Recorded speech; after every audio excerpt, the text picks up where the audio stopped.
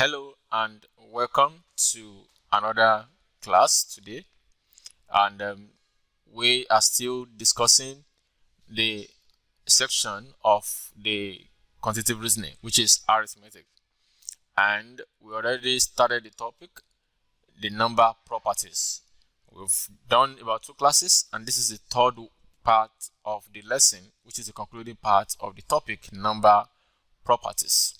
All right. So what are we going to be looking at? That is, like I said, the remaining part of the number properties. That is what we'll be looking at today, and we'll be concluding on that. So in the last 2 classes, we already discussed integers, even and odd integers, factors and multiples, HCF and LCM, prime numbers, prime factorization. So if you missed those classes, you can go back to watch the videos so that you can understand today's class perfectly. All right, so let's move on to what we have today. So we are starting from perfect squares today. Yes, perfect squares. Okay, so what are perfect squares? Perfect squares are integers whose square roots are also integers. All right, integers whose square roots are also integers.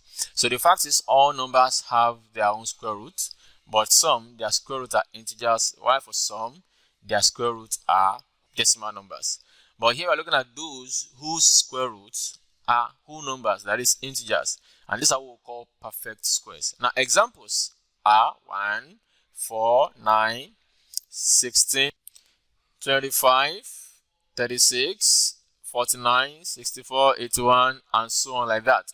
So all these numbers are called perfect squares because when you find that square root, you have integers as your answer. Now, one thing about perfect squares is that when expressed in prime factorization, all the powers of the prime factors are even. All right, so when you express any perfect square in prime factorization, all the powers of the prime factors will be even. So for example, as you can see here, 2 to 5 is 15 times 15, and in prime factorization that is 3 times 5 times 3 times 5, which gives 3 raised to the power 2 times 5 raised to the power 2. And as you can see, the power is even, and here as well the power is even. Another example is 10,000, which is 100 times 100, and that is 10 times 10 times 10 times 10. And when we express this in prime factors or prime numbers, we have 2 raised to the power 4 and 5 raised to the power 4. As you can see here, 4 is an even number. This one also an even number. There's another example, 19,600, which is 140 times 140, or 14 times 10 times 14 times 10. Or in prime factors, 2 raised to the power 4 times 5 raised to the power 2 times 7 raised to the power 2. And if we check, all the powers are even. This is also even, this is even. So for any perfect square, when you express in prime factorization, the powers of all the prime factors will be even numbers. Okay, so in case you have forgotten how to express a number in prime factorization, I would advise you check the last class we had on this. Okay, note, any even perfect square can be represented in the form 4n. Any even perfect square can be represented in the form 4n. Okay, so what are we talking about here? For example, some even perfect squares are 4, or you can say 16, or you can say 36, or we can say 64. And as you can see, all these numbers, they are actually squares of even numbers. So definitely an even perfect square is simply a square of another even number. This is 2 raised to the power 2. So it is an even number. This is 16, which is 4 raised to the power 2. So it's an even number. So this is 6 raised to the power 2, square of an even number, and 8 raised to the power 2. So when you square an even number, you produce an even perfect square. Now, what we are saying here now is that every even perfect square can be written in the form 4 n, in the form 4n. And what does that mean? For example, 4 can be written as 4 bracket 1. So the n is the 1. My 16 is same as 4 bracket 4. The n is 4. My 36 is 4 bracket 9. The n is 9. My 64 is 4 bracket 16. The n is 16. So, as you can see here, we are writing all these even perfect squares as 4n, 4n, 4n, 4n. So, what is one thing we can deduce from this? What we can deduce here is that every even perfect square,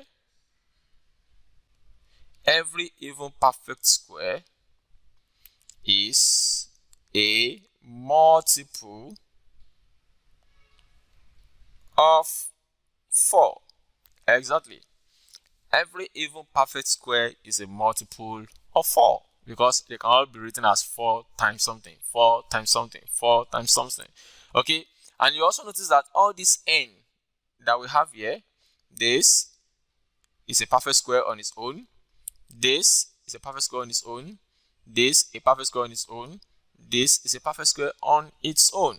So it's still 4 times another perfect square, 4 times another perfect square to give us all these even perfect squares. Okay, so simple thing, like I said, we can deduce here is that every even perfect square is a multiple of 4. So that's why we can write them as 4 times another integer n. Okay, so that is what that point is simply talking about. All right, so another point is any odd perfect square can be represented in the form 4n plus 1, where our n is a non-negative integer. So any odd perfect square can be represented in the form 4n plus 1. 4n plus 1. So what are we talking about here? What we are saying here is that, for instance, we have some odd perfect squares. Odd perfect squares start from 1. I can have 9. I can have 25. I can have 49.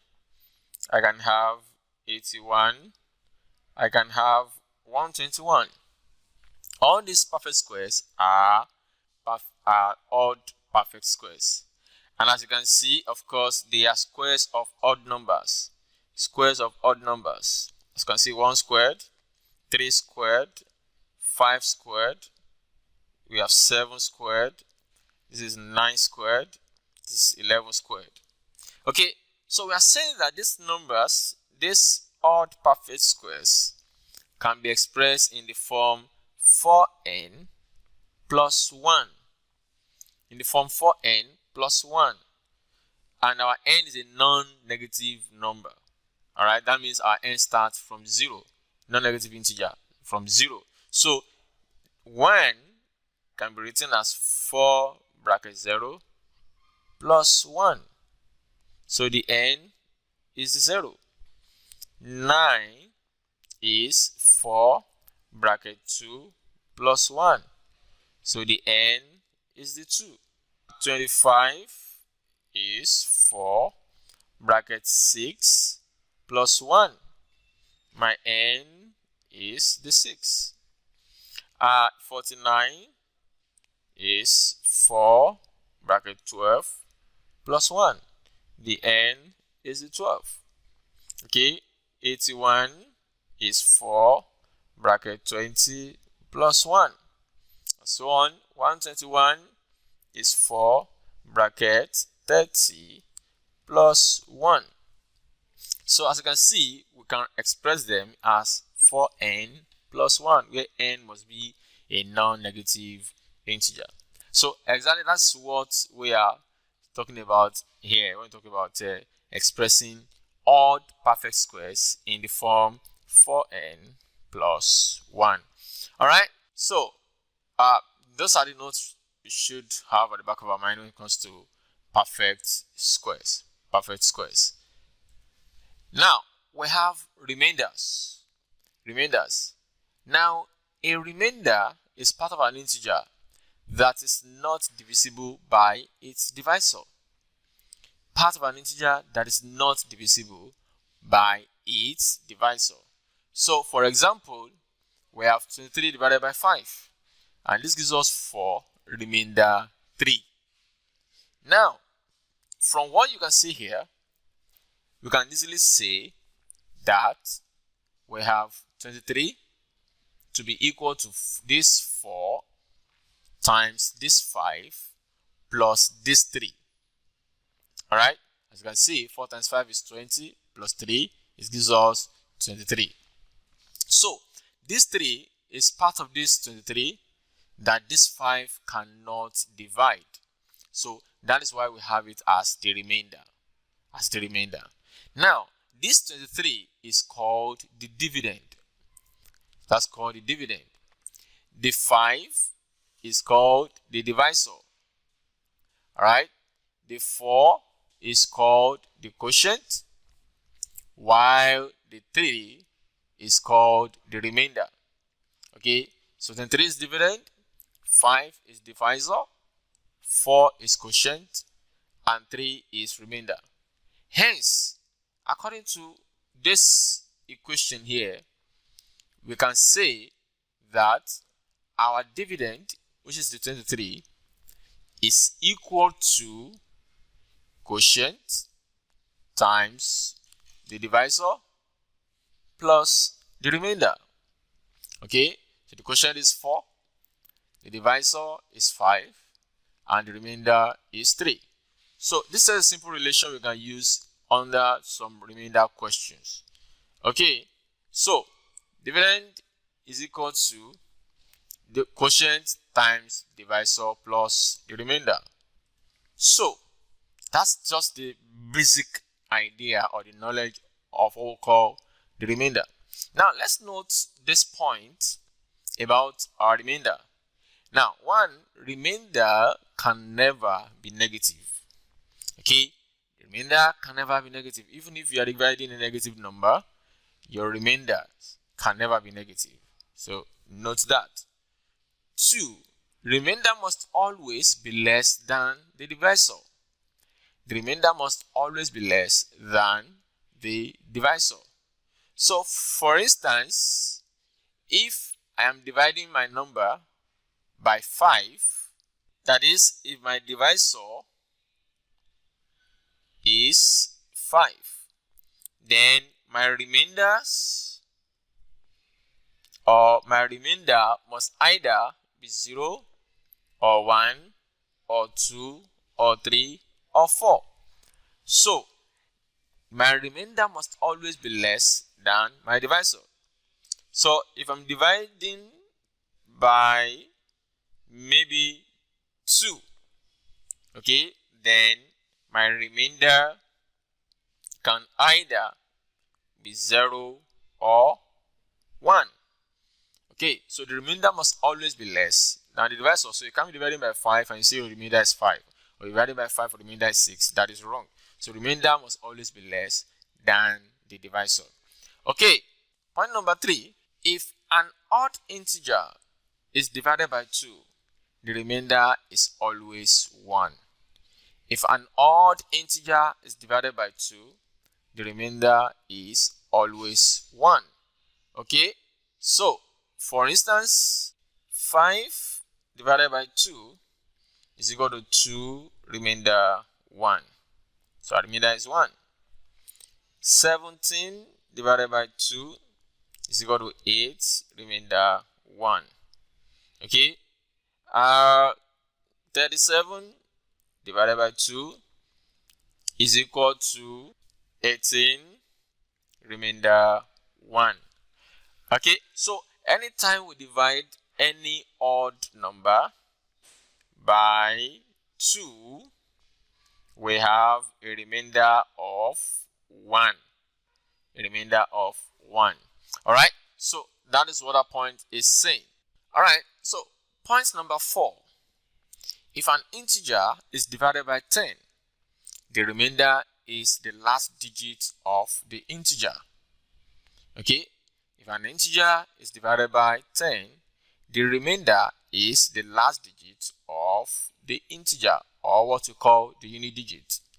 Alright, so what we are saying here is, for instance, if I divide 127 by 10, my answer is 12, remainder 7, the last digit. That's my remainder.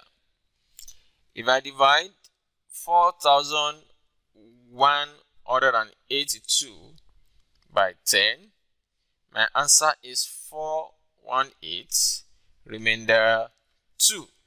So the remainder is the last digit of the integer. So no matter the number you have, anytime you divide by 10, you are going to have the last digit as your remainder. So here 4189, remainder 3 as my remainder, so which is the last digit. So when we divide any number by 10, the remainder is always the last digit of the integer or the number.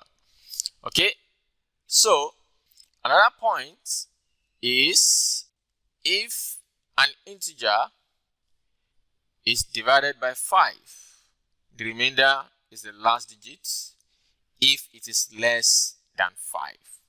Otherwise, the remainder is the last digit minus 5. Okay, if an integer is divided by 5, the remainder is the last digit if it is less than 5. Otherwise, the remainder is the last digit minus 5. So, what are we talking about here? For example, if I divide 23 by 5, alright, so I'm going to have 4, remainder 3. So my remainder is the last digit of the number because it is less than 5. If I have 121 divided by 5, this gives me 24, remainder 1. So the remainder is 1, which is the last digit because it is less than 5. But if I have 48 divided by 5, okay, my remainder here, I'm going to have 9, remainder 3. So my remainder is 3, not the last digit 8. Why? Because 8 is greater than 5. So to get the remainder, our remainder will be the last digit, the 8, minus 5, which will be 3. Okay, so if I have maybe 4,297 and I'm dividing by 5, so let's just get the remainder. Our remainder must be equal to the last digit, which is 7, minus 5, which is going to be equal to 2. Alright, so once the last digit is from 5 and above, then you will subtract 5 from that last digit to get your remainder when you're dividing by 5. But if the remainder is below 5, if the last digit is below 5, then that means the remainder will be that last digit. Alright, so that's how you can know the remainder of any integer when we divide by 5 without even bothering yourself with calculator. Besides, the calculator will not even tell you the remainder. It will express your answer in decimal, which means you have to do some other things so you can produce the remainder. But if you know this point, you can answer the question within 2-3 seconds and you're good to go. Alright, so that's how you can find the remainder of any integer when we divide by 5. Okay, now the last point here says, if A is less than B, then the remainder of A over B is A. If A is less than B, then the remainder of A over B is A. Okay, so for example, 4 over 5 is equal to 0, remainder 4. That is, my remainder will be the numerator. Quantity A the remainder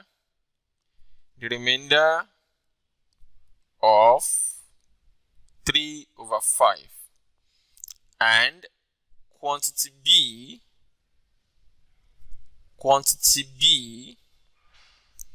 the remainder of say 30 over 50. Okay, so when we say a question like this, as you know, what we are simply doing here is to compare these two quantities. We want to know which one is bigger or if they are equal. Now, it is very easy for anyone to say, okay, 30 over 50, if I break it down, 0 cancels 0, it gives me 3 over 5. And therefore, you can say, okay, definitely, that's asking me the same thing, remainder of 3 over 5, remainder of 3 over 5. So these two quantities are equal, and my answer is C. But I can tell you that this is wrong. Yes, this is wrong. Because one thing you must understand is that even though 3 over 5 and 30 over 50 are equivalent fractions, they are the same thing. When you express them in decimal, or when you want to find the remainders are not the same. The remainders are not the same. So from the points we just explained, this means that, like I said, once the numerator is smaller than the denominator, the remainder is the numerator. So that means for our quantity A, the remainder here, the remainder is the numerator, which is equal to 3, the numerator. And for our quantity B, the remainder, as you can see, is equal to the numerator, which is 30, our numerator. Alright, so that means definitely our quantity B is greater. So our answer is B and not C. So this is an example of some tricky questions you can see in GRE. So you must know that when you have a proper fraction, when the numerator is smaller than the denominator, the remainder is actually your numerator. The remainder is the numerator. So just take note of that. Okay, so let's move on. Let's also look at these following examples here. All right, to just see some standard GRE questions according to the things we've explained so far. All these questions you are seeing here, I always try to give real GRE past questions. So most of these questions you are seeing, they are real exams, all right, past questions of GRE. Okay, so we have number 1, which says quantity A, the remainder of these big numbers is 7950894976283 divided by 10. All right, that is 679,508,497,283 divided by 10. And then this same number here as well, the remainder of 768,902,360,698 divided by 5. So, and of course, to ask us these remainders, I believe you can answer now in 5 seconds. You don't need your calculator at all. Recall, if you are divided by 10, the remainder is the last digit. And if you are divided by 5, your remainder will be the last digit if that last digit is less than 5. If it is from 5 and above, then your remainder will be the last digit minus 5. So what will be the answer to this question? Now, you can tell me now, all right? So, I believe you have your own answer now, all right? Let's see if you're right. So, we have the remainder of 679,508,497,283 divided by 10. Then B, the remainder of 768,902,360,690 divided by 5. So like I said, here we are divided by 10, and the remainder must be the last digits of our integer. Therefore, that means our remainder here is equal to 3. That's the remainder for quantity A. Now for quantity B, we check the last digit. If it is less than 5, then the remainder will be the last digit. But now it is more than 5. So once the last digit is from 5 and above, then our remainder, okay, will be equal to the last digit minus 5, and which is equal to 3. So that means the two quantities are the same. Therefore, our answer will be C, meaning the two quantities are equal. Alright, so I want to believe that is what you got. Okay, if you got that, that's correct. So that is how we can easily get the remainders. If you use your calculator, it won't help. Your calculator won't even show you the remainder. So you have to do more to get that. But from here, from this point, you can answer in 1, 2, 3, 5 seconds, and you're done. Okay, so let's see the next question. Alright, now example 2 says n is a positive integer. The remainder when n is divided by 3 is 1. Quantity A, the remainder when n is divided by 5. Quantity B, 2. So n, a positive integer, and the remainder when n is divided by 3 is 1. So quantity A, what is the remainder when n is divided by 5? And quantity B, 2. So let's check out the solution to this problem. Alright, so the question says the remainder when n is divided by 3 is 1. So what is the remainder when n is divided by 5? I want to compare that to 2. Now, here, what do we need to do? What we just need to do is to first get possible values that can represent our n. Possible values that can represent our n.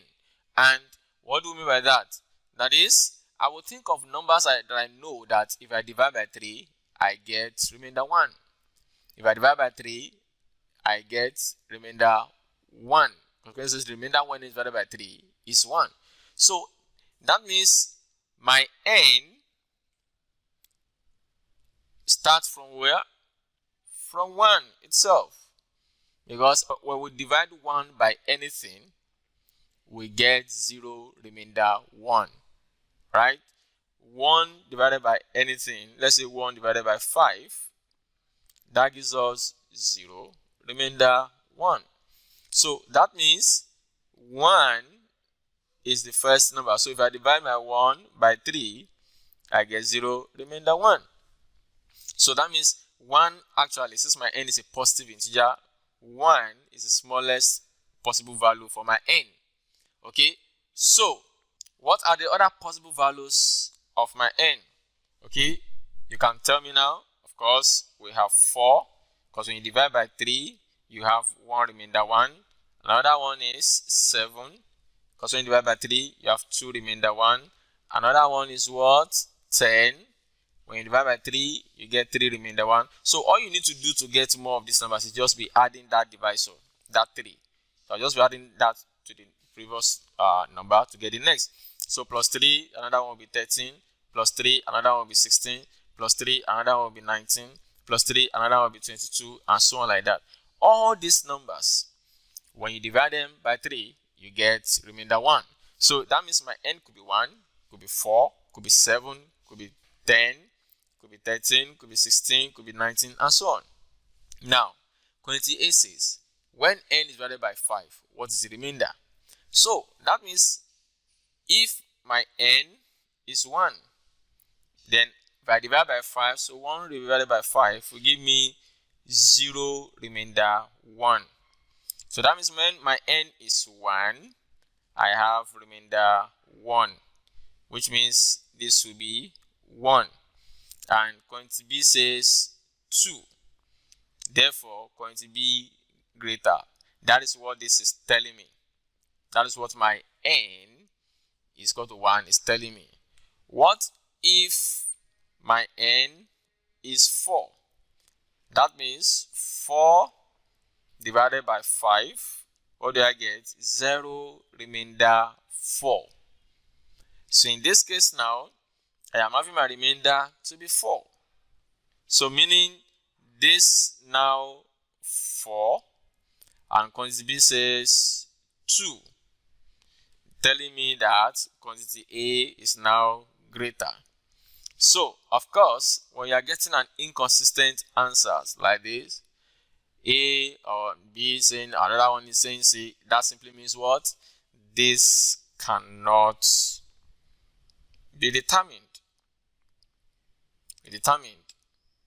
So our correct answer will actually be D. That means it cannot be determined. So this is the right answer.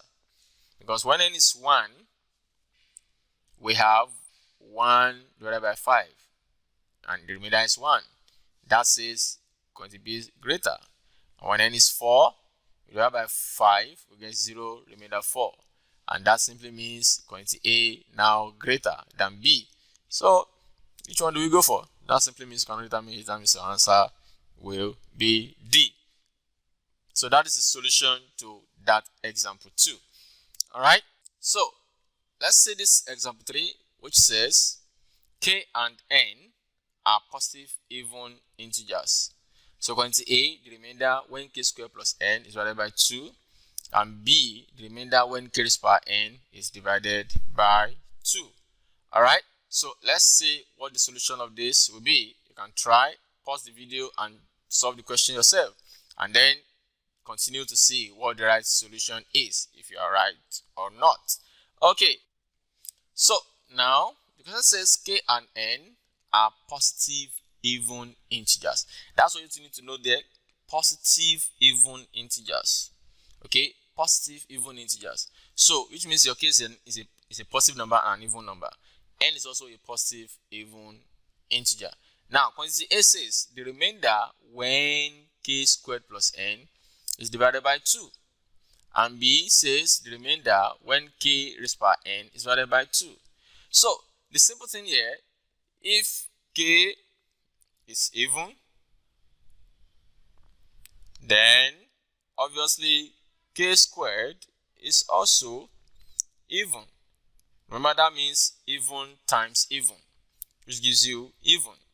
And now we are saying again that K squared plus N, so which simply means even plus another even, and that gives us what? An even result. So when we divide an even result by 2, what do we have as our remainder? Of course, the remainder will be 0, because an even number, when you divide it by 2, remainder is always 0. So that means this is equal to 0. Now what about B? This is our quantity A. Now for B, same thing, K raised to power N. So since K is even, then K raised to power N is even. Because no matter what our N is, since we even know N is even if it's not even, since K is even, that would be even times even times even, which gives us even. So therefore, when we divide it by 2, divide your K raised to power N by 2, it produces a remainder of 0. Okay, because it's an even number and we divide by 2, remainder is 0. So that means here we also have 0. So this means the two quantities are equal. So our answer is C. They are equal. Alright, so that's the solution to question number 3. I hope you got that right. Okay, now, so we have consecutive integers. Now this is a set of integers with a common difference. Alright, set of integers with a common difference. For example, consecutive integers, we have 1, 2, 3, 4, 5, 6, 7, 8, 9, and so on like that. Okay, and so it could even be negative numbers like -7, -6, -5, -4, -3, and so on like that. So they are called consecutive integers, or we'll call them evenly distributed integers. And here there's a common difference, that is what you are adding to the preceding number to get the next. And what are we doing here? We are adding 1. So plus 1 we have 2, 2 plus 1 we have 3, 3 plus 1 we have 4, 4 plus 1 we have 5, 5 plus 1 we have 6, and so on. So in that case, we can decide to express these integers using a letter called variables. So that means if the first one is x, then the next one will be x plus 1, the next will be x plus 2, the next will be x plus 3, the next will be x plus 4, and so on like that. Once the common difference is 1, you should be increasing it by 1 by 1. So x plus 1, x plus 2, x plus 3, x plus 4, and so on. So the common difference is 1. That's what we call common difference. Now we could have consecutive even numbers. Remember even numbers? 2, 4, 6, 8, and so on like that. So 2, 4, 6, 8, and what's the difference? 2. We are adding 2 plus 2, we have 4, plus 2, we have 6, plus 2, we have 8, and so on like that. So if you have to express them in terms of variables, if the first one is x, next will be x plus 2, next will be x plus 4, next will be x plus 6, and so on. So the same with odd numbers. You can also have consecutive odd numbers. For example, we could have maybe 3, 5, 7, 9, 11, and so on. And as you can see here, what is the common difference you can see? You can see it is still also 2, just like even numbers. So the common difference for consecutive odd numbers, they are also 2. Okay, so we have 3 plus 3, we have 5. Plus 2, we have 5. 5 plus 2, we have 7. 7 plus 2, we have 9.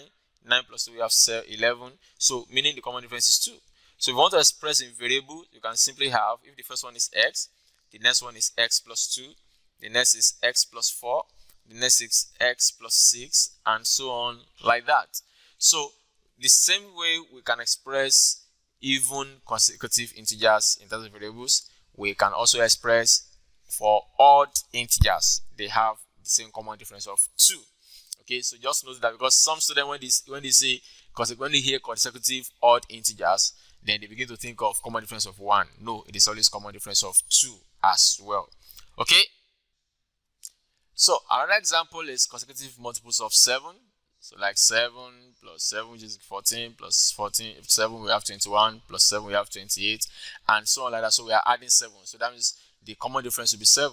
So in variables, you can have x, x plus 7, x plus 14, x plus 21, and so on like that. So that is one by consecutive integers. All right. Now let's look at this standard example on consecutive integers. This question says 3 consecutive integers have a sum of minus 84. Quantity A, the list of the 3 integers. Quantity B, minus 28.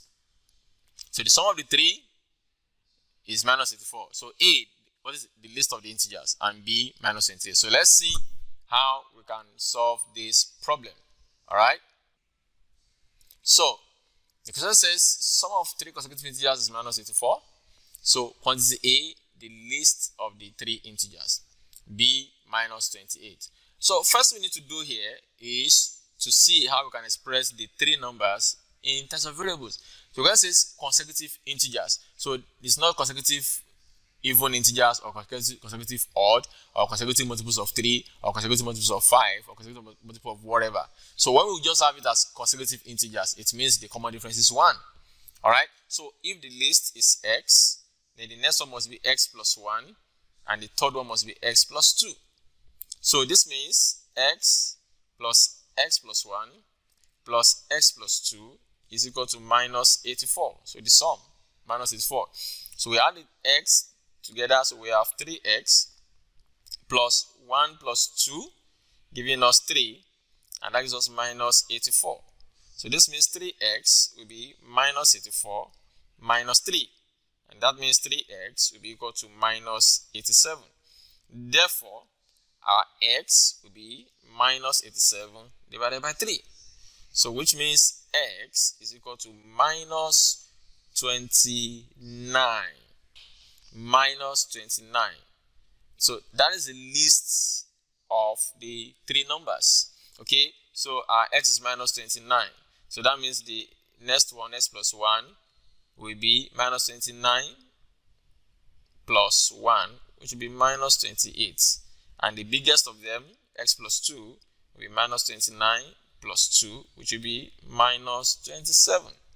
So because asking us quantity A, the list of the 3 integers, which is x, so that is minus 29, and quantity B says minus 28. So between minus 29 and minus 28, which one is bigger? Of course, minus 28 is bigger. So quantity B will be the right answer here. Okay, so that is how we can use that idea of expressing our consecutive integers in terms of variables to solve questions on consecutive integers. Okay, so right, so that's about consecutive integers. Okay, so now the last part of the topic, which is divisibility rules. So here we are just giving you some rules that you can use to quickly know if a number is divisible by 2 or by 3 or by 4 without using a calculator to test. Or if you know something like this, it just helps you to be able to carry out some divisions faster, to know the numbers that you're supposed to use to divide at a particular time. So that is what you need these rules for. If you like, you may not bother yourself with it, but they are good. It's very good if you know them. They will help you a lot. Okay, so the first one says an integer is divisible by 2 if the integer is even. So remember, any number that is an even number or an even integer would be divisible by 2 with the remainder of 0. So if you want to know if 2 can go in a number, just check if the number is 7. That's if the last digit is 7. So if the number is 7, then 2 will divide with the remainder of 0. Then an integer is divisible by 3 if the sum of the digits of the integers is divisible by 3. Do you get that? So if you want to know if 3 can divide a number without even using a calculator to know, all you need to do is add the digits of the integer together. If you can get something that is a multiple of 3, that is that 3 can divide, then 3 must divide the integer. So for instance, this is what I'm trying to say. For instance, if we have 315, I want to know if 3 can go in this. All I need to do is to add the digits, that is 3 plus 1 plus 5, which gives me 9. Now, so since 3 can go in 9 with a remainder of 0, then 315 is divisible by 3, which is definitely 105. Okay, maybe I have 111,111, and I want to know if 3 can divide it. All I need to do is to add these digits. And when I add all these digits, what do I have? I have 6. So since 3 can go in 6, then 3 will divide 111,111 with a remainder of 0. So that's how you know if a number is divisible by 3. Just add the digits together. Once you get a number that is divisible by 3, then that integer is divisible by 3. Okay, so now for 4, an integer is divisible by 4 if the integer formed by the last 2 digits of the integer is divisible by 4, or the integer is divisible by 2 twice. So that is, if the integer formed by the last 2 digits is a multiple of 4, then 4 must divide that integer. For example, 908 is divisible by 4. Why? Because the last 2 digits, 08, is a number that 4 can divide. Therefore, 908 will be divisible by 4. I could have, let's say, 12,324. Okay, so since the last 2 digits, 24, is divisible by 4, then 12,324 is divisible by 4. Okay, you can have maybe 413899, maybe I have 40. So since the last 2 digits, which is 40, the numbers in the form is divisible by 4, then this 413899,240 is divisible by 4. So that's what we are talking about. So once the integer formed by the last 2 digits is divisible by 4, that integer is divisible by 4. Okay, so that is exactly what we are talking about in that one. Alright, so another one for 5, that's an integer is divisible by 5 if the last digit of the integer is 5 or 0.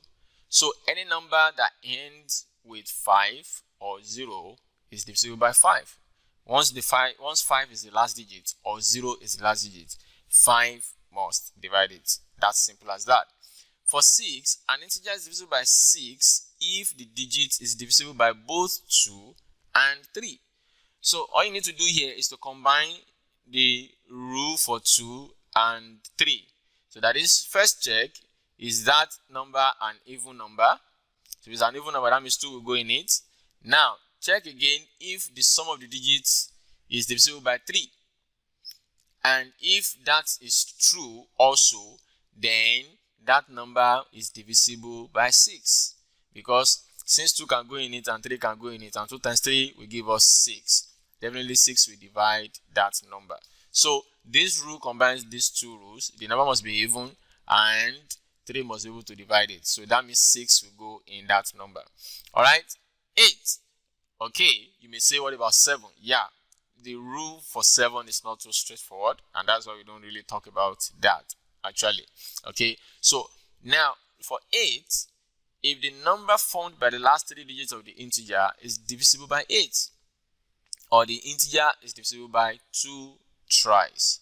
So that is the rule for 8. So if you check the number, if the integer formed by the last 3 digits is divisible by 8, then that integer is divisible by 8.